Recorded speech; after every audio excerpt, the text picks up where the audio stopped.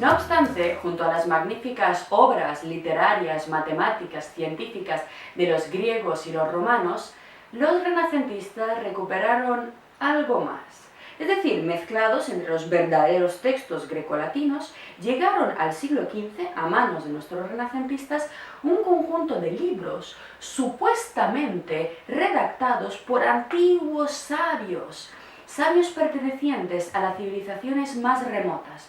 Concretamente, encontramos entre los textos que ellos recibieron, además de lo que os digo, todo el acervo griego, latino y árabe, textos provenientes, según ellos creían, de tres fuentes fundamentales. La primera, Egipto, lo veremos enseguida, conformando el llamado Corpus Hermeticum, el corpus de textos, el conjunto de obras redactadas por el supuesto Hermes Trimegisto. En segundo lugar, los himnos órficos, que se entienden como una religión procedente de Babilonia, que en un segundo analizaremos y que tuvo, gran predicamento en la Grecia clásica. Y en tercer lugar, los llamados oráculos caldeos, que también parecían ser textos muy antiguos provenientes de Mesopotamia, de los sabios caldeos. Es decir, junto a todo el acervo pagano greco-latino, llegó a manos de los renacentistas textos de civilizaciones aún más lejanas, aún más remotas. ¿Pero por qué hago todo el rato comillas? Porque en realidad todos estos textos eran falsificaciones. Os va a sorprender, pero enseguida os lo voy a explicar. Durante el siglo I y II de nuestra era, el cristianismo empezó a ganar cada vez más y más poder en la sociedad. Sabéis que el cristianismo fue una religión nacida en el seno del Imperio Romano, en la provincia de Palestina, y empezó lentamente a expandirse. Como respuesta a estos cristianos que estaban, desarrollándose cada vez más, pensadores paganos, atentos, paganos, empezaron a redactar un conjunto de textos al estilo de la Biblia, es decir, se parecían muchísimo, los hacían aposta, intencionadamente, con un estilo bíblico.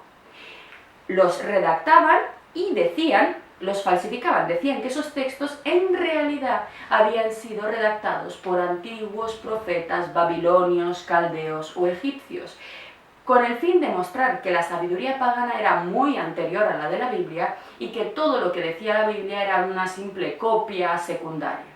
Es decir, los paganos empezaron a crear todo un conjunto de textos para frenar de algún modo al cristianismo.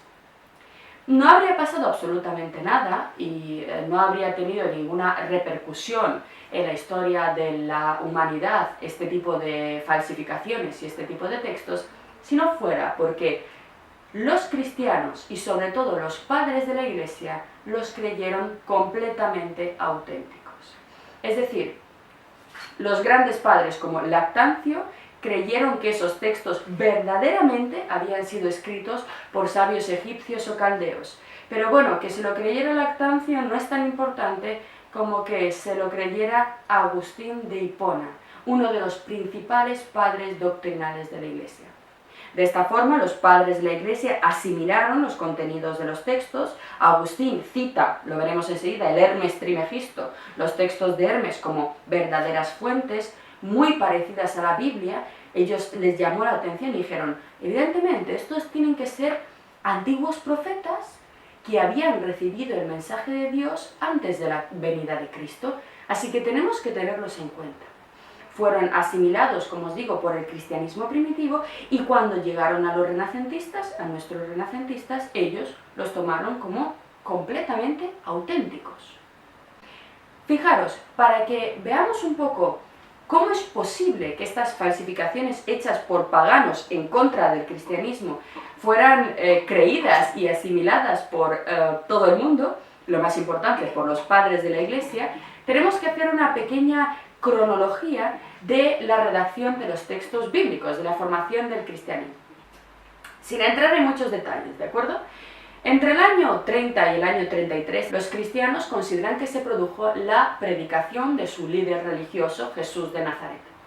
No sabemos absolutamente nada de lo que dijo Jesús porque él no dejó textos escritos, ¿vale? Él no redactó nada. realizó una predicación oral, por tanto su enseñanza fue asimilada por sus apóstoles y discípulos.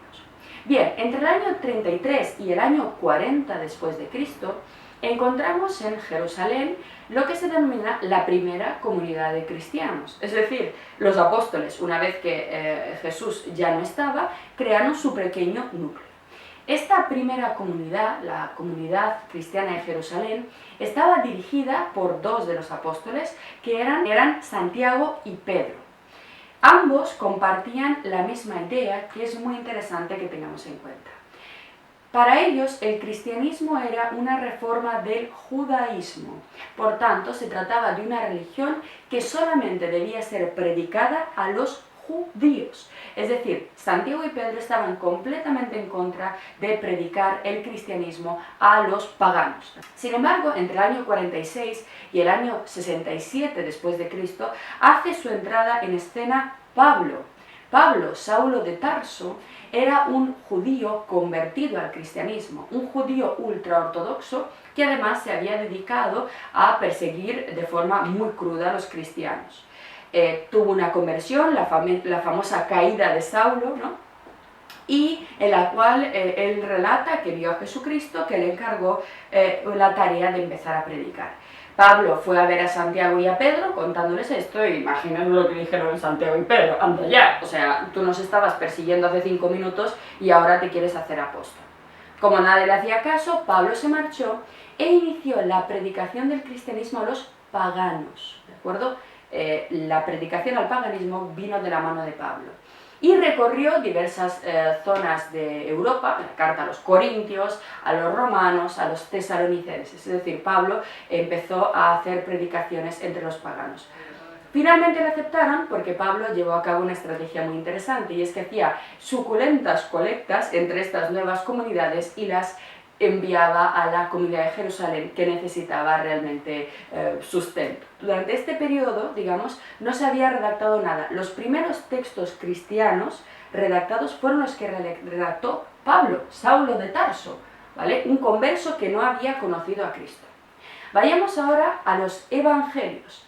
El evangelio más antiguo del que tenemos referencia es un evangelio redactado en torno al año 50 después de Cristo. Es el evangelio de Tomás, que sin embargo por la Iglesia Católica contemporánea es considerado apócrifo, es decir, no forma parte de la doctrina cristiana.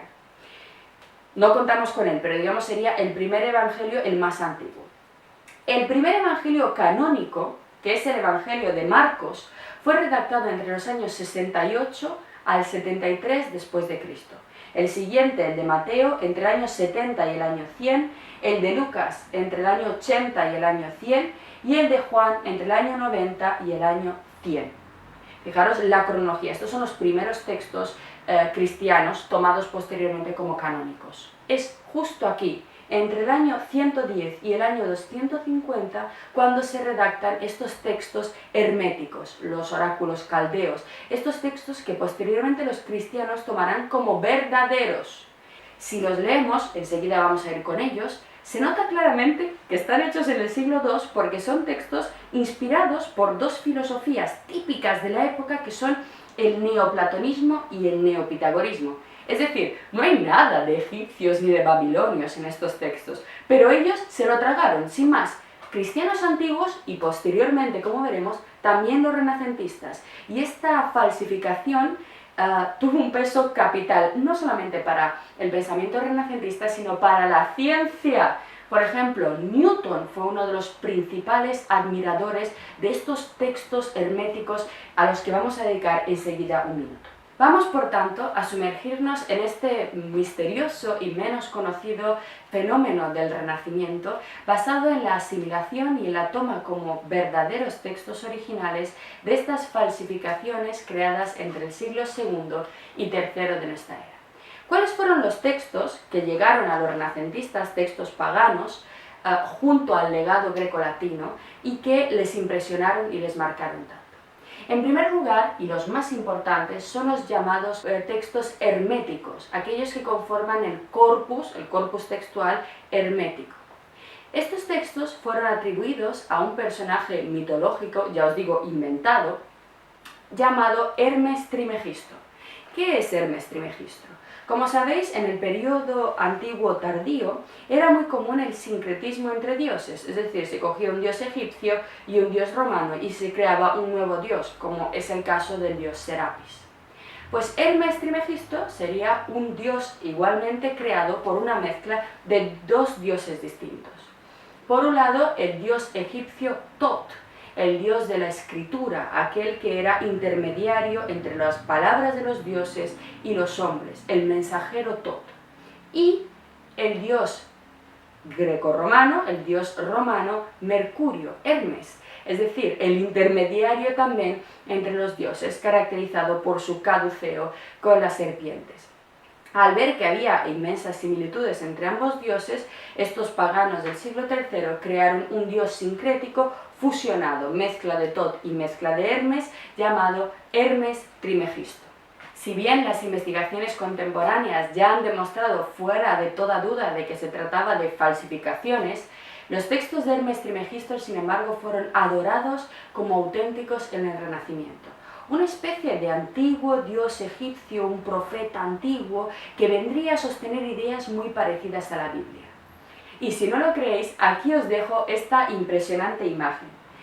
Fijaros, hacia finales del siglo XV, concretamente en 1488, en la Catedral de Siena, en Italia, Hermes Trismegisto fue acogido con toda la solemnidad y su efigie se representó en el pavimento de la catedral con la siguiente inscripción, lo podéis leer: Hermes Mercurio Trismegisto, contemporáneo de Moisés.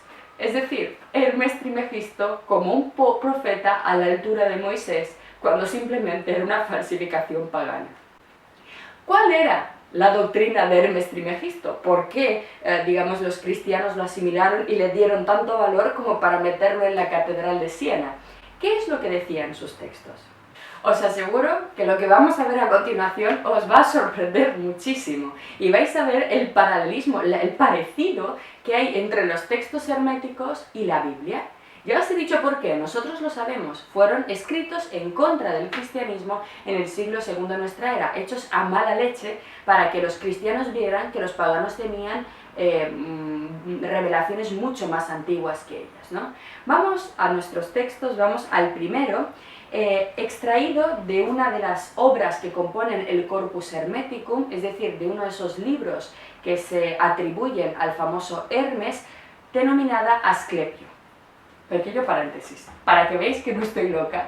Estos textos son perfectamente conocidos en la época contemporánea y muy estudiados por los especialistas en filosofía, en historia, ¿de acuerdo?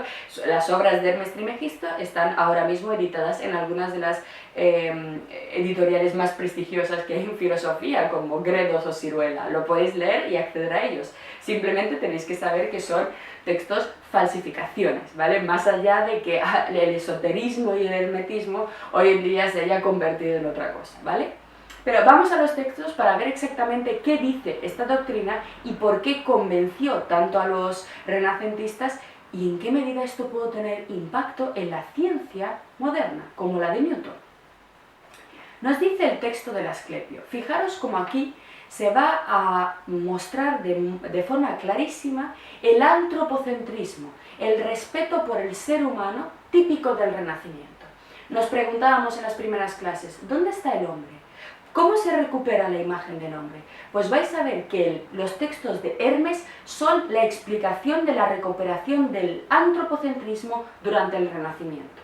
Estos fueron los que volvieron a colocar al ser humano en la cima de la creación y ninguna otra cosa. Vamos a los textos porque os van a encantar. Nos dice el texto: «Oh Asclepio, qué gran maravilla es el hombre, un ser vivo, digno de reverencia y de honor».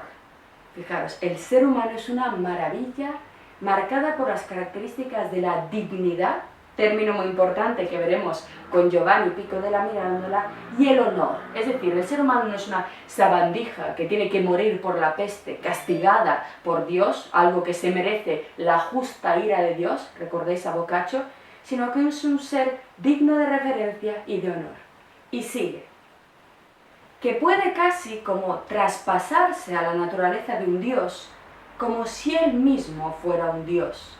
Ya hay una vinculación del ser humano como un ser elegido por la divinidad y que casi pudiera convertirse en un Dios. ¿Qué hará la modernidad? El hombre pasará a considerarse a sí mismo un Dios todopoderoso, capaz de controlar el mundo, la política, incluso a sí mismo. Jugar a ser Dios, lo llamamos nosotros. Pues eso parte del antropocentrismo renacentista. Vamos a ver. Conoce al género de los daimones, pues sabe que con ellos tiene un origen común. El término daimon se refiere al espíritu, a los ángeles, a las criaturas superiores. Entonces el hombre conoce a estas criaturas porque tiene con ellos un origen común. El hombre, el ser humano, según la concepción renacentista, tiene una parte material, corpórea, pero una parte espiritual. Su espíritu es esa parte divina. Desprecia en sí, fijaros, lo que tiene de humano para pasar a entregarse a su otra parte divina. Oh, de qué mezcla privilegiada fue hecho el hombre, unido a los dioses por la parte que tiene con natural a ellos, su propia parte terrenal, desprecia en conciencia. Fijaros, el hombre es una mezcla de cuerpo terrenal, corruptible, que hay que despreciar, y un alma divina, que es la que le une a los dioses. Fijaros el plural. Alza la mirada al cielo, y así pues, está colocado en la feliz posición del mediador. El hombre mira hacia arriba y es el mediador entre los dioses de la perfección y la naturaleza de la corrupción. Este puesto intermedio es un puesto central, que veremos que es capital para poder entender el discurso sobre la dignidad del hombre de Giovanni Pico della Mirandola y todo el antropocentrismo moderno. Ya os digo, el hombre pasa de ser cualquier cosa a ser el centro. Está colocado en la feliz posición del mediador a fin de que otorgue su amor a lo inferior a él y sea amado por los superiores a él. Cultiva la tierra, se confunde con los elementos por la velocidad de la mente, desciende a las profundidades del mar por la penetración de su espíritu. Todo lo alcanza. Ese es el optimismo, el poder, la confianza del ser humano en sí mismo que caracterizará el Renacimiento y posteriormente la modernidad. Todo lo alcanza. No es como aquel pobre que no puede defenderse de la peste, de los desastres naturales, de las desgracias. No, el nuevo hombre moderno puede con todo. El cielo no le parece demasiado alto, pues la sagacidad le permite medirlo como si lo tuviera en la mano. El cielo no está lejos porque la mente nos permite medirlo. Fijaros la introducción de la idea de las matemáticas para el control de la naturaleza y en concreto de los cielos, que es por donde comenzará la revolución científica en Europa. Textos de Hermes Trismegisto. Vais a ver qué importancia tienen, como os decía antes, en la formación del pensamiento europeo. Unas falsificaciones. Sigue Asclepio. Ninguna bruma del aire oscurece la atención de su espíritu. La compacta tierra no detiene su labor, ni la inmensa profundidad de las aguas obstaculiza su mirada. Es el hombre a la vez todas las cosas y está a la vez en todas partes. El poder del hombre que ya es casi un dios, el poder del antropocentrismo, el ser humano empieza a colocarse en el centro de las cosas gracias a los textos herméticos. El segundo texto de nuestra selección del hermetismo está extraído de la Tabla Esmeralda. Este texto de la Tabla Esmeralda os llamará la atención, pero fue traducido por primera vez al inglés por Isaac Newton. Newton dedicó gran parte de su vida a la lectura y comentario de los textos herméticos y caldeos, porque él creía que eran auténticos, al igual que las Sagradas Escrituras, y consideraba que en ellos estaba codificada la verdadera sabiduría de los antiguos. De tal forma que, fijaros, para Newton fue tan importante a lo largo de su vida el estudio experimental de la naturaleza, todos los experimentos y cálculos matemáticos que hizo, como el estudio de estos textos de la Biblia, a la cual dedicó la mayor parte de sus esfuerzos. De hecho, más de la mitad de la producción intelectual de Newton se dedica al estudio de la Biblia y también a los textos herméticos. Para Newton, ambos libros, el libro de la naturaleza y la Biblia, hablaban de la misma verdad. Así que la persona que quisiera conocer el sentido de las cosas, las verdades últimas, tenía que estudiar con ardor ambos libros. Así que vamos a la tabla esmeralda, que es este texto que él mismo tradujo. Y nos dice Hermes: no hablo de cosas falsas, sino de inconmovibles verdades. Lo de abajo es igual a lo de arriba, y lo de arriba es idéntico a lo de abajo. Esta idea es importantísima tanto para la ciencia como para la política moderna. Para la ciencia, la idea de homogeneidad y ruptura de las jerarquías en el ámbito físico. Como os he explicado en sesiones anteriores, para Aristóteles la realidad estaba dividida en dos planos. El plano supralunar, formado por éter, por una sustancia eterna, perfecta, inalterable, y el plano sublunar, formado por los cuatro elementos, que era el de la degeneración, el de la muerte y la vejez. En cambio, con estas ideas de que lo de arriba es igual a lo de abajo, se rompen las jerarquías en el mundo de lo físico. De tal forma que los pensadores empezarán a crear teorías mediante las cuales se deberán usar los mismos elementos y las mismas leyes para explicar el mundo de la naturaleza y el movimiento de los astros, que se creían especiales y diferentes. Todo se tiene que explicar por medio de la misma ley. Lo veremos con Galileo. Cuando Galileo observe la luna y vea que la luna parece que está hecha de tierra, ¿cómo es posible? ¿Cómo que la luna tiene montañas? ¿Cómo que parece que Júpiter o el Sol tiene manchas? ¿Qué ocurre? ¿Acaso lo de arriba es igual a lo de abajo? Fijaros la importancia de los textos herméticos en las ideas científicas. Pero os he dicho, también las ideas políticas. Si los de arriba son iguales a los de abajo, empezarán a aparecer en política ideas de corte republicano, por ejemplo. Ya no se sostendrá tan bien la superioridad del rey frente al resto del pueblo. Además, lo hemos visto, la Donatio Constantini, por la cual el Papa otorgaba legitimidad al rey, había desaparecido. Así que todas estas ideas empiezan a dar lugar a una nueva forma de pensar, y en ellas los textos herméticos son centrales. Sigamos. Lo de abajo es igual a lo de arriba, y lo de arriba es idéntico a lo de abajo.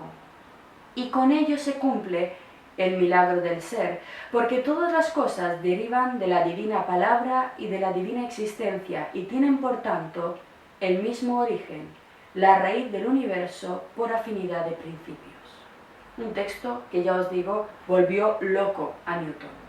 Sin embargo, el texto más espectacular y que mejor nos muestra el parecido que había entre los textos herméticos y la Biblia, y que justifica el hecho de que los renacentistas se los tragaran y que consideraran que eran absolutamente verdaderos, es decir, que realmente pertenecían a pensadores antiquísimos, es el que recibe el nombre de Catecismo Hermético. Lo tenéis en vuestra selección de textos. Vamos a leerlo, vamos a dedicarle unos minutitos porque es realmente espectacular la forma en la que se expone la teoría hermética, y vais a ver lo parecida que es a la Biblia. O mejor dicho, a la doctrina cristiana, porque ya os he dicho, los padres de la Iglesia también consideraron estos textos auténticos. Nos dice: ¿cómo llegó a la creación el universo? Lo creó Dios. Esta idea no aparece en la filosofía griega. Para la mayor parte de los filósofos griegos, el mundo es eterno, no tuvo un principio ni tendrá un final. El único pensador que habla de alguna forma de una creación es Platón, pero sabéis que Platón no postula una creación de la nada, sino que para Platón, en el Timeo, existían las ideas, por un lado el mundo de las ideas, y por el otro lado el demiurgo.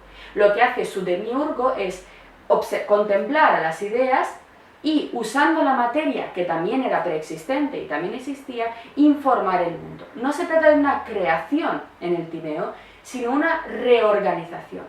La idea de creación del mundo es típicamente cristiana, y en los textos herméticos encontramos la misma noción. Fijaros, ¿cómo llegó a la creación el universo? Lo creó Dios. ¿Quién es Dios?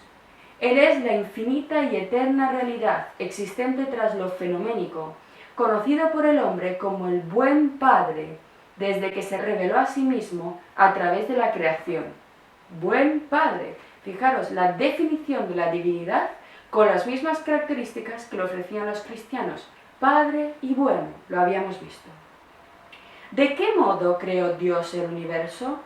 Pronunció él una intensa palabra, exactamente igual que el Génesis, en la que condensó de manera perfecta el eterno pensamiento que latía en su mente y continúa revelándose a través de su voluntad. ¿Cómo alcanzó este supremo pensamiento a crear? Es decir, ¿por qué quiso Dios crear? ¿Por qué no se quedó ahí tranquilo? Su naturaleza es benevolencia perfecta y así puede darse a sí mismo. Otra vez se vincula la noción de divinidad con la de bondad, también típicamente cristiano. Ahora entendéis por qué se los tomaron como verdaderos. ¿Puede él anhelar algo para sí a través de esta actividad? Es decir, ¿gana Dios algo creando el mundo? Si Dios es perfecto, ¿necesita Dios crear el mundo? Evidentemente no. No puedes decir que Dios es mejor o que tiene algo más si ha creado la naturaleza. Nos dice el Corpus Hermeticum. No. Contenido él eternamente en sí mismo, todas las cosas, nada puede obtener, ni tampoco puede perder nada, ya que nada existe fuera de sí mismo. ¿Es bueno el universo? Proviniendo y permaneciendo en el perfecto y amoroso ser, nada puede en él ser malo. Y siendo el hombre hijo de Dios, comparte su naturaleza y su inmortalidad, aunque poseyendo un cuerpo material, se halla sujeto a transformaciones y penalidades. Dualismo antropológico. ¿Qué es el hombre? El hombre es hijo de la divina mente, emanado de ella para gozar de la eterna bendición celeste, aún descendiendo al mundo material en busca del placer de los sentidos. Por ello, el hombre es dual en su naturaleza. Una parte mora en Dios, en los cielos, otra se halla sujeta a las pasiones terrenales. Esta idea la vamos a encontrar 1000 veces repetida durante la modernidad, en Descartes, en Leibniz, en Spinoza, en todos los grandes pensadores. La naturaleza dual. Tenemos una parte corporal que se puede, en fin, ignorar, y una parte divina, espiritual, la razón, la mente es lo divino del hombre. ¿En qué forma emanó el hombre de Dios? Al compartir su propio deleite en las hermosuras de su universo, él quiso un ser dotado de razón para encontrarse a través de estas formas exteriores. Ahí está, fijaros, la razón es el camino, la vía por la cual Dios y el hombre se encuentran. ¿Cómo llegó el mal a tener existencia? Buena pregunta. Dios es todo luz, pero así como goza dándose, quiso manifestarse en otro. Pero este otro debe hallarse separado de él, y esta separación implica miseria, oscuridad, maldad. De este modo aparecieron las tinieblas, y ellas contienen cuanto se haya opuesto a la divina cualidad del bien, la luz. Observamos aquí la metáfora de la luz y de la vinculación de la divinidad con la luz, idea que también encontraremos ampliamente usada en el cristianismo. ¿Cómo puede permitir Dios que el mal exista? Así como el moho es inherente al hierro, así el mal es condición de la materia. Al conceder al hombre la voluntad del libre albedrío, la elección la debe efectuar éste forzosamente, existiendo los pares opuestos. Esta es la típica explicación de la existencia del mal en el mundo que encontramos en todos los grandes padres de la Iglesia cristianos y en otros doctores de la Iglesia, como por ejemplo Tomás de Aquino. ¿Por qué hay mal en el mundo? Tiene que haberlo para que el ser humano sea libre. Es decir, si Dios en su infinita bondad nos hubiera determinado a elegir siempre el bien, seríamos máquinas, seríamos como los animales guiados por el instinto que no pueden hacer nada más que aquello que está codificado en su genética. En cambio, el mal en la doctrina cristiana se explica debido a digamos que es una exigencia para la existencia de la libertad, poder elegir entre el bien y el mal. Empieza ya esta idea desde el mito del Génesis, como veremos en la siguiente clase con Pico de la Mirandola. ¿Es eterna la materia? No. Es la consecuencia del oscuro principio, cuando ocurre la separación de la divinidad. pero su relativa eternidad consiste en que lleva latente el conjunto del universo como fruto de la mente divina. Fijaros lo que os he dicho al principio, la materia no es eterna, sino creada, ¿de acuerdo? Una idea típicamente cristiana en contra de las propuestas que estaban poniendo los paganos y la filosofía griega en el siglo II sobre la mesa. ¿Cómo fue que el hombre se hizo prisionero de la carne? Fijaros, la idea de la carne, del cuerpo como prisión, como cárcel del alma. Es una idea típicamente platónica y neoplatónica. Vemos el influjo, como os he dicho, del pitagorismo y del neoplatonismo en la creación de los textos herméticos. Evidentemente no son textos egipcios, son textos del periodo final de la antigüedad, de paganos filósofos formados en la filosofía que querían construir, como os he dicho, una nueva teología en contra de los cristianos. Pues bien, ¿cómo fue que el hombre se hizo prisionero de la carne? Fascinado por el universo, quiso también crear a semejanza de Dios, pero sujeto a las atracciones de la materia física, se identificó con ella y cayó prisionero del cuerpo. ¿Cómo puede liberarse? Desligándose otra vez. Fijaros, solo la muerte, solo la purificación, que consiste en abandonar el cuerpo material y elevarse solamente en el aspecto espiritual, garantiza la liberación del hombre, la misma idea que hallaremos también en el cristianismo. Desligándose otra vez, o bien superando los deseos del cuerpo e identificándose con el espíritu en el que tiene la verdadera morada. Fijaros, el solipsismo de la Alta Edad Media, este encerramiento en uno mismo, esta especie de desprecio al cuerpo, que van a practicar y que va a ser un rasgo característico del cristianismo, en realidad, si os fijáis, es una herencia muy potente del pensamiento neoplatónico y de este pensamiento hermético. Evidentemente encaja muy bien con la doctrina cristiana, pero proviene de estos influjos, de la asimilación de estas ideas según las cuales el cuerpo es la parte degradada del hombre y el espíritu es la parte elevada. No son ideas cristianas, son ideas mucho más antiguas, concretamente platónicas y neoplatónicas. ¿Puede realizarse esto sin ayuda? Es decir, ¿la salvación del alma? No, debe recibir ayuda de Dios. Aquí estaría Lutero. Por ejemplo, Agustín de Hipona, ya os dije, Lutero era un monje agustino. Agustín de Hipona era un filósofo neoplatónico, muy conocedor de este tipo de filosofías, que posteriormente se convirtió al cristianismo. Al hacer su conversión, trajo a la doctrina cristiana, de hecho él es uno de los padres más importantes del cristianismo, todas estas ideas. Para Agustín de Hipona, si bien el ser humano está dotado de libre albedrío, la mancha del pecado original es imborrable, no hay nada que nosotros podamos hacer. Así que el ser humano no puede hacer nada para superar el pecado, solo Dios con su gracia elegirá a aquellos que se vayan a salvar. Exactamente la misma idea que introducirá posteriormente Lutero con la predestinación. No son los hombres ni sus actos los que se salvan, sino simplemente la gracia de Dios. Y hallamos la misma idea en el Corpus Hermeticum. ¿Puede realizar esto el hombre sin ayuda? No, debe recibir ayuda de Dios. ¿Cómo puede ayudarle Dios? Si él aspira a superarse, el mismo Dios llega a él como mente espiritual, manteniendo sus sentimientos lejos de la tentación, permaneciendo en él y conduciéndole hacia lo real. ¿Cuál es el deber del hombre en la tierra? Amar y servir a Dios. Parece un texto cristiano. Embellecer su creación y contribuir a la realización de su voluntad para que así sea, fijaos, así sea la voluntad de Dios. ¿Os dais cuenta del parecido, de la intencionalidad en la redacción de estos textos para que sean muy semejantes a los evangelios?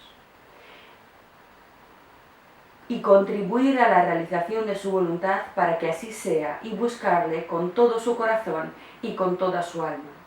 ¿Cuál es el permiso a la rectitud? Que ganaremos si nos portamos bien. La amistad con Dios es felicidad en esta vida y paz en la muerte, y un leve pasar a través de los fuegos purificadores en presencia de la Deidad. En tanto que el alma la adora para siempre con los ángeles, aparece uno de los estadios metafísicos típicos de la doctrina cristiana, que es el purgatorio. ¿Qué ocurre con el hombre malvado? Siendo esclavo de la pasión y el vicio, al morir, gravita hacia un odioso infierno de tempestuosas pasiones y miserias, hasta que se introduce en otro cuerpo, denso, menos degenerado que el anterior. Fijaros qué mezcla entre las dos cosmovisiones. Por un lado aparece el infierno, los castigos del infierno, pero el hermetismo introduce la idea de la transmigración, la reencarnación en otro cuerpo. Fijaros, esto es típicamente oriental, pero también lo hallamos en Platón. ¿Existe alguna protección contra este peligro? El único cable seguro es la devoción a Dios, ya que Él salva a sus devotos de toda índole de males. La única forma de salvarse es la fe, también idea típicamente luterana. Solo la fe nos salva. ¿Posee el hombre verdadero poder de elegir? Es decir, ¿hay verdadero libre albedrío o es una mera ilusión? El hombre permanece realmente en el cielo cuando mantiene el control superior de su destino, pero si se identifica a sí mismo con los inferiores deseos, desciende por su propia gravitación y pierde poder para llegar a elegir la rectitud.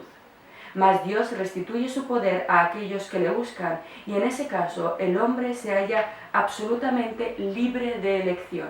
Es decir, el hombre se muestra como libre en la medida en que elige racionalmente y en la medida en la que elige el bien. El mal es una elección derivada de los instintos más bajos, de los deseos. ¿Veis cómo esta polarización que nosotros enseguida identificamos con la Edad Media se debe a la asimilación de este tipo de textos, entre los cuales estaban estas falsificaciones con tanto peso, no ya en el Renacimiento, sino en la cultura occidental? Fijaros lo importantes que son. ¿Por qué no otorga Dios su ayuda a todos? Interesante. Porque entonces los seres se convertirían en autómatas, lo que os decía antes. La libertad se justifica con la posibilidad de elegir y la existencia del mal. Dios no otorga su ayuda a todos porque entonces los seres se convertirían en autómatas, atados por sus propias cadenas y por tanto carentes de los méritos y de la elección divina que contrarrestan al yo. Así no puede hacerse merecedor de la plena ayuda de Dios que se logra buscándose uno mismo más allá de todas las formas. ¿Posee el hombre pensamientos propios? Esta es una idea muy importante. Parece rara, pero es una idea que aparecerá una y otra vez en la modernidad. Los grandes matemáticos y los grandes científicos modernos, como por ejemplo Descartes o Newton, considerarán que cuando uno llega al descubrimiento de una verdad matemática o científica, realmente esa idea no es suya, sino que ha conectado con una idea de la mente divina. Digamos que el descubrimiento de un teorema o de una fórmula matemática sería el descubrimiento de la mente de Dios. Así que las ideas verdaderas no son ideas humanas, sino captación de ideas divinas. Así nos dice el Corpus Hermeticum. ¿Posee el hombre pensamientos propios? No, sus elevados pensamientos proceden de Dios. Y los negativos los sugieren los malignos espíritus tentadores que le arrastran a la sensualidad. Lo que os decía, las ideas negativas vienen de la corporeidad, de la sensibilidad, de la carne, del cuerpo. Ideas que siempre vinculamos a la Edad Media, pero que están mucho antes. ¿Cómo puede el hombre encontrar a Dios? Dios puede ser visto dentro del inmenso universo, idea que hemos visto en Newton en nuestro curso sobre los padres de la ciencia, en el que tiene su ser y también dentro del corazón del hombre. Fijaros, hay dos formas, según el Corpus Hermeticum, de encontrar a Dios y de estudiarle: la ética y la ciencia, el estudio de la naturaleza. ¿Dónde está Dios? Fijaros qué pregunta. Él se halla donde quiera y en todas las cosas. Dios está en todo. Y al propio tiempo en el océano en el que tuvieron existencia todos los seres. Qué raro, la vida nació en el agua. No sabemos por qué dicen esto. ¿No posee Dios un templo especial? Este inmenso universo es su cuerpo, el altar en el que mora. Literalmente Newton afirma lo mismo. De hecho, Newton dedicó parte de su investigación intelectual al estudio de los templos Os dejo, fijaros aquí una imagen de uno de los libros dedicados al templo, a la estructura fundamentalmente del templo de Salomón y a la correspondencia entre la estructura del templo, fijaros qué interesante, y la estructura del universo. También esas ideas de Newton estuvieron directamente influenciadas por la lectura del Corpus Hermeticum. ¿Se puede resumir en pocas palabras esta religión?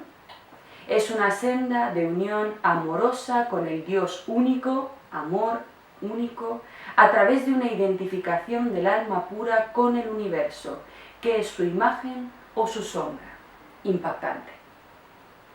Fijaros el contenido doctrinal que nosotros solemos vincular directamente al cristianismo y que sin embargo los cristianos primitivos de los primeros siglos asimilaron de estos textos y fundamentalmente de las filosofías neoplatónicas, platónicas y neopitagóricas. Vamos a ver en detalle más adelante a lo largo del curso qué dicen estas teorías, no os preocupéis.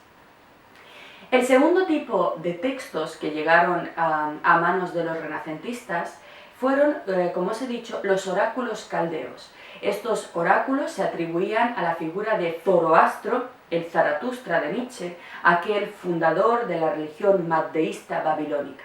Evidentemente también se trataba de falsificaciones. De hecho, sabemos perfectamente que los oráculos caldeos fueron redactados por Juliano el Teurgo, es decir, sabemos quién fue el falsificador de estos textos. Os traigo un pequeño fragmento de los oráculos caldeos, que al igual que ocurre con el Corpus Hermeticum, están editados, los podéis encontrar en Gredos, por ejemplo, con unas introducciones excelentes en las cuales se os explica cómo fueron creados y el influjo que tuvieron en Occidente. Repito, estos textos son muy conocidos por los académicos, ¿vale? Os sorprenderán, pero son muy conocidos. Vamos al texto de los oráculos caldeos, porque me interesa ver el contenido racionalista e intelectualista de estos textos, que nos explica por qué inspiró a los grandes matemáticos y científicos de la modernidad como Descartes, Galileo o Newton. Vais a ver el peso que se da a la razón, a las ideas. Nos dice: hay una realidad inteligible que debes comprender por la flor del intelecto. Es decir, la realidad que nos rodea es inteligible, es comprensible, es alcanzable, pero con la mente humana, con la flor del intelecto. Y esta flor serán las matemáticas. Pues si inclinas hacia ella tu intelecto y tratas de concebirla como un objeto determinado, no la comprenderás, ya que es como la potencia de una espada resplandeciente que ilumina con cortes intelectivos. No se debe, por lo tanto, concebir a este inteligible con vehemencia, sino por la llama alargada de un intelecto extendido que todo lo mide, salvo a este inteligible. Aparece de nuevo la idea de la medición matemática. Dios ha creado el mundo, Dios es un arquitecto, fijaros las imágenes, idea neoplatónica que encontramos ya en la Edad Media. Dios es el que usa el compás, la geometría y la matemática para crear el mundo. Así que la naturaleza tiene una estructura inteligible matemática. Podremos conocer la estructura de la naturaleza, pero no al inteligible, es decir, a Dios mismo, ¿no? Impactante estos textos y ahora entendéis por qué fueron tan importantes para la ciencia. Por ello, lo que se necesita no es concebirlo con obstinación, sino apartando la mirada pura de tu alma, tender hacia lo inteligible un intelecto vacío hasta aprender a conocer lo inteligible, puesto que éste está fuera del intelecto, ¿no? La idea de la trascendencia de la divinidad y de la matemática y la razón como arma para conocer la creación. El tercer tipo de textos, repito de nuevo, falsificaciones que llegaron a los renacentistas, fueron los llamados himnos órficos. Un pequeño paréntesis respecto a esta cuestión. El orfismo fue una religión que realmente existió en la Grecia clásica. Fue una religión procedente de Babilonia, de Oriente, que tuvo un peso muy importante, por ejemplo, en Atenas de Sócrates, Platón y Aristóteles, y fue una alternativa al panteísmo olímpico de los 12 que, digamos, cultivaban la mayor parte de griegos. Según la religión original, se adoraba a un personaje mitológico, Orfeo, que vendría a ser un tipo de líder religioso o un tipo de persona que había logrado superar la muerte, el viaje de Orfeo a los infiernos y su regreso a la vida.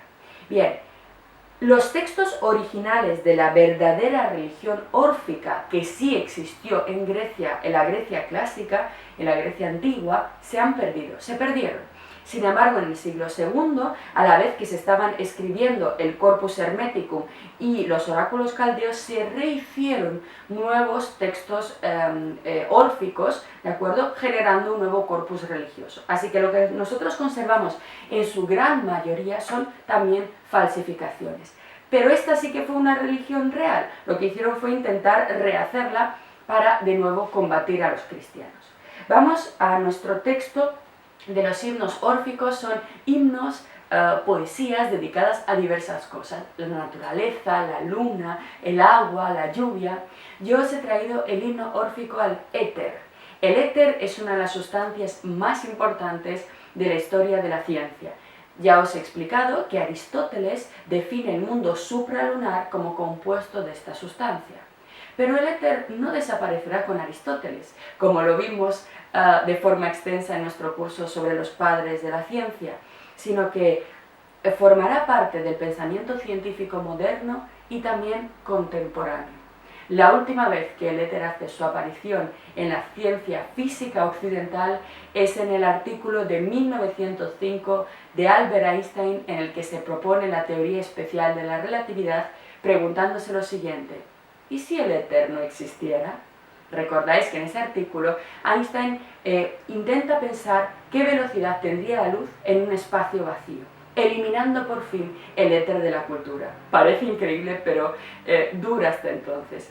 Y os he elegido el himno órfico al éter para que veáis que hay dentro reminiscencias interesantes para la física. Nos dice el texto: oh éter invencible, que te yergues en la altura. Está en la zona de los planetas, en los dominios de Zeus, señor de los cielos, de los astros numerosos, de la radiante luna y del sol de centelleantes rayos. Todopoderoso, etéreo fuego resplandeciente, con vívidos fulgores transmites el calor y alientas la vida. Supremo elemento del mundo, potente conductor de la luz. ¡Oh, Einstein! Con astral brillo irradias, flor espléndida, atiende las súplicas de mis plegarias y pueda tu presencia otorgarnos para siempre la serenidad, la inocencia y el dominio. Ahí está el poder del hombre moderno controlando la naturaleza. Seguimos. Lo que acabas de ver es solo un pequeño fragmento de nuestro curso. Si quieres disfrutarlo en su totalidad y descubrir muchos otros cursos, también de historia de la ciencia y de historia del arte, visita nuestra web anamilecam.com. Y recuerda, este proyecto solo es posible gracias a nuestro programa de microfinanciación. Si quieres apoyarnos, conviértete en uno de nuestros micromecenas en Patreon. Desde solo €1 al mes nos ayudarás activamente a seguir difundiendo la cultura. Gracias.